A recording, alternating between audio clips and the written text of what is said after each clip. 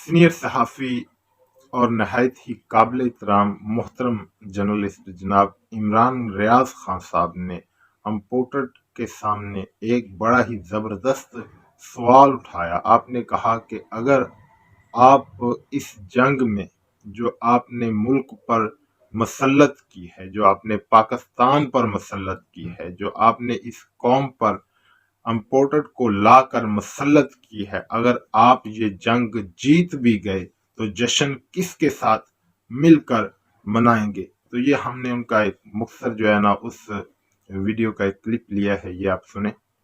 पूरा का पूरा निजाम जो है ना उसको नंगा करके रख दिया सिर्फ एक आदमी को नीचा दिखाने के लिए। एक आदमी को हटाना है, वो हट नहीं रहा। उसके चक्कर में सारा बेड़ा गर्क कर दिया पकड़ के। इकोनॉमी को कहां से कहां पहुंचा दिया, करोड़ों लोगों को गुर्बत की लकीर से नीचे धकेल दिया, पूरी दुनिया के अंदर अपनी रसवाई करवा ली। इमरान खान की कोई और गंदी ऑडियो वीडियो कोई इस तरह की चीजें, क्योंकि करप्शन तो मिली कोई नहीं उसकी। कोई थोड़ा सा डीप फेक का इस्तेमाल करेंगे, कोई थोड़े से टोटे जोड़ेंगे, कोई ये काम करने के बाद कोशिश करेंगे कि पब्लिक के अंदर उसकी मकबूलियत कम हो। इन इदारों की इज्जत, एहतराम और लोगों में उनका कॉन्फिडेंस बाकी है, वो भी खत्म होता जा रहा है बदकिस्मती से। खौफजदा होना छोड़ दें, आपका खौफ खत्म हो जाएगा। ये जो ताकतवर हल्के हैं, या पाकिस्तान की एस्टेब्लिशमेंट है, या आलमी एस्टेब्लिशमेंट है, या जो फाशिस्ट गवर्नमेंट्स होती हैं, इनका हथकंडा होता है लोगों को डराओ और डरा के उनके ऊपर रूल करो। अच्छा, ये तब तक ही डरा सकते हैं जब तक लोग डर रहे होते हैं। जिस दिन लोग ये डिसाइड करते हैं हमने नहीं डरना, डराना बंद हो जाता है। ये आपका वजीर खारजा दुनिया के चक्कर लगा लगा के कोई वर्ल्ड रिकॉर्ड कायम कर गया। 7 वाला मुल्क है अफगानिस्तान, जिसके पाकिस्तान के साथ बड़े सिक्योरिटी मसाइल हैं, लेकिन आपका वजीर खारजा वहां नहीं गया, क्योंकि वो जो अफगानिस्तान है वहाँ मजा नहीं आता। परवेज इलाही को वोट पाकिस्तान तहरीक इंसाफ का चाहिए और सपोर्ट पाकिस्तान की एस्टेब्लिशमेंट की चाहिए। अब वो दोनों कश्तियों के एक वक्त में सवार हैं। अब दोनों चीजें एक दूसरे के साथ फिलहाल चलती हुई नजर नहीं आ रही। अच्छा इमरान भाई, ये बताएं सर, गुज़श्ता 24 घंटों में पाकिस्तान में हुआ क्या है sir? Chief minister D notify होते हैं, अदालत में जाते हैं, अदालत कहती है जी लिख कर देकर जाओगे, तुम असेंबलीज नहीं तहलील करोगे, और उसके बाद सर जो नो कॉन्फिडेंस की मोशन थी वो भी वापस ले ली जाती है। हुआ क्या है 24 घंटों में? ये पाकिस्तान में तमाशा हुआ है, और जो ताकतवर लोग हैं, जो पुतली तमाशा लगाते हैं हमेशा से, उन्होंने फिर एक और तमाशा लगाया।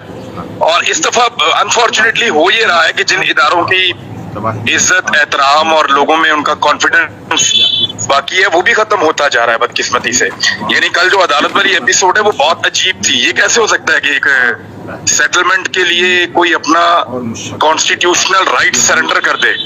यानी कल जो है वो चीफ मिनिस्टर का कॉन्स्टिट्यूशनल राइट जो है वो सरेंडर हुआ है कल अदालत के अंदर। और देखें, हो तो ये सकता था कि अदालत ये कह देती है अपोजिशन की जो अदम एतमाद की तहरीक है उसको बहाल कर दिया जाए, और इसके अलावा लेकिन उसमें बात नहीं ना बनती।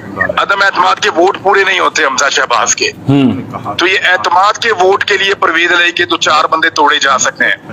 यानी 4 बंदे तोड़े तो एतमाद का वोट जो है वो नाकाम हो जाता है। 12 बंदे तोड़े तो फिर अदम एतमाद की तहरीक जो है वो फिर भी कामयाब नहीं होती, और उसके अंदर फिर हमजा को बनाना कैसे है, वो रन ऑफ इलेक्शन में जाना पड़ेगा। तो पूरा का पूरा निजाम जो है ना उसको नंगा करके रख दिया सिर्फ एक आदमी को नीचा दिखाने के लिए। सर ये मैं तो यही देख रहा हूँ, और ये तमाशा पूरी दुनिया पाकिस्तान का देख रही है।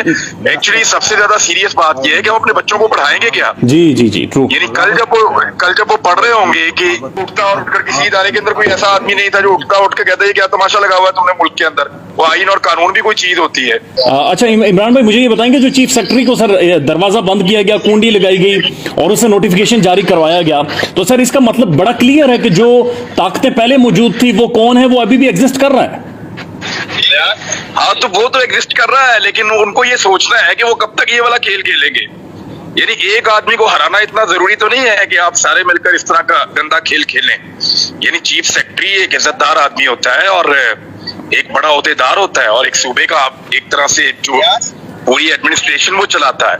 और ऐसे आदमी को कमरे में जो मुबैना तौर पे इत्तलात आ रही है कि उसको बंद किया गया, उसको जो है वो ज़हनी तौर पे जो है उसको दबाव में लेकर उससे सिग्नेचर करवाए गए, और ये अब क्लेम कर रहे हैं लोग और सोर्सेज ये बता रहे हैं।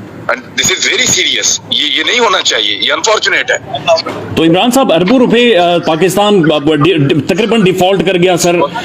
तकरीबन $15 बिलियन का नुकसान हुआ रिजीम चेंज में। दहशतगर्दी सर वापस आ गई, पॉलिटिकल टर्मोइल मौजूद है, खान को गोलियां मरवा दी, साफियों के ऊपर जुल्म हो गया सर। और रिजीम चेंज में अब करना क्या है?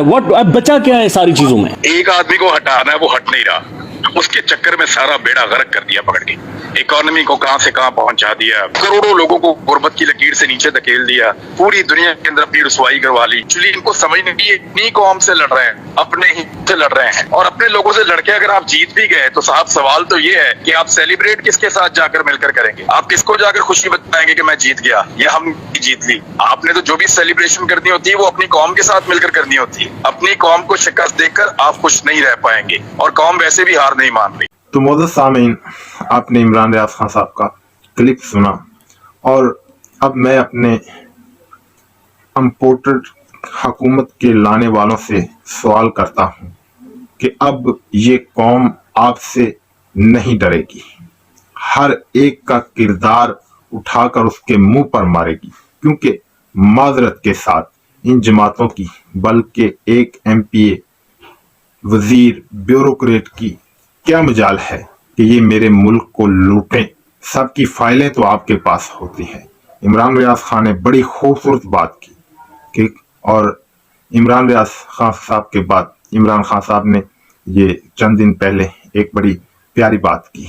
उन्होंने कहा कि अगर कोई सही आर्मी चीफ होता तो मैं मुल्क से बड़े चोरों और करप्शन का खात्मा कर देता।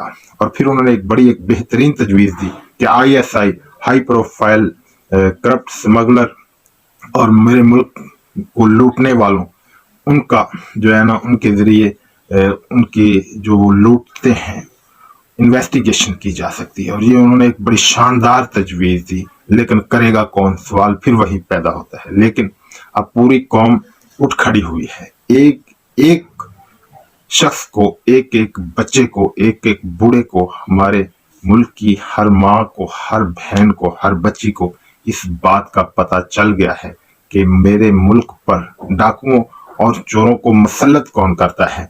और वो डाकू और चोर तो लूटते हैं, लेकिन वो कहते हैं कि तुम भी लूटो, हम भी लूटते हैं, ना हम तुमको पूछेंगे ना तुम हमको पूछना। तो इस तबाही में नुकसान किसका हुआ है? इस तबाही में नुकसान मेरे प्यारे पाकिस्तान का हुआ है, या इस पाकिस्तान की वो गरीब आवाम जिस पर हमेशा मुल्कों का इन्हिसार होता है, जिनकी मेहनत और मुशक्कत के साथ ये मुल्क चलते हैं। अब कौम उठ खड़ी है, साख और इज्जत उसी की होगी जो हकीकी तौर पर पाकिस्तान के साथ खड़ा होगा, वरना ना कौम माफ करेगी ना तारीख माफ करेगी। और इसके अलावा हजरत वासफ अली वासफ रहमतुल्लाह अलैह ने एक बड़ी ही खूबसूरत बात की। उन्होंने कहा कि ताकत खौफ पैदा करती है, खौफ नफरत पैदा करता है, और नफरत बगावत पैदा करती है, और बगावत ताकत को तोड़ देती है।